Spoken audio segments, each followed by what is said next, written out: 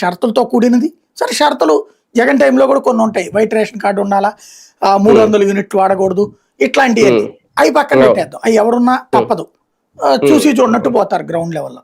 లేదు అది గట్టిగా అమలు చేస్తే ప్రజల్లో రెవల్యూషన్ వస్తుంది, మీడియా కూడా హైలైట్ చేస్తుంది ఇప్పుడు చచ్చినట్టు. ఇక మూడవది పాయింట్ వచ్చేటప్పటికి తల్లికి ఇది అన్నదాత సుఖీభవిస్తామన్నారు, అది కూడా మళ్ళీ ఈ నెలలో 20 తర్వాత అంటున్నారు. మరి అది అందలం ఇప్పటిదాకా. ఇటు ఇంకోటి వచ్చేటప్పటికి బస్సులది ఆగస్టు అంటున్నారు. కాబట్టి అంతవరకు పక్కన పెడితే సూపర్ 6 అంటే ఇచ్చేసాం, అదే లేదు అని ఎవడన్నంటే వాళ్ళ నేలకి మందం అంటే ఎవరిని మోసం చేస్తున్నట్టు మనం. ఇందులో ఇంకోటి కూడా ఉంది సార్, చిన్న కరెక్షన్, మీకు తెలిసే ఉంటది.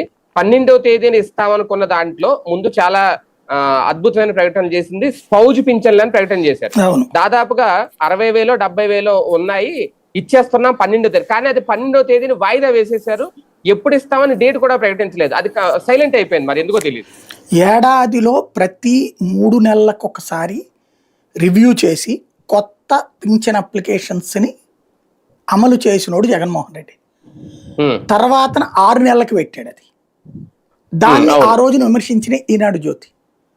6 నెలలంటే ఈ లోపు వాళ్ళు బతుకుండరా, వాళ్ళ జీవితాలు ఏంటి ఇవన్నీ.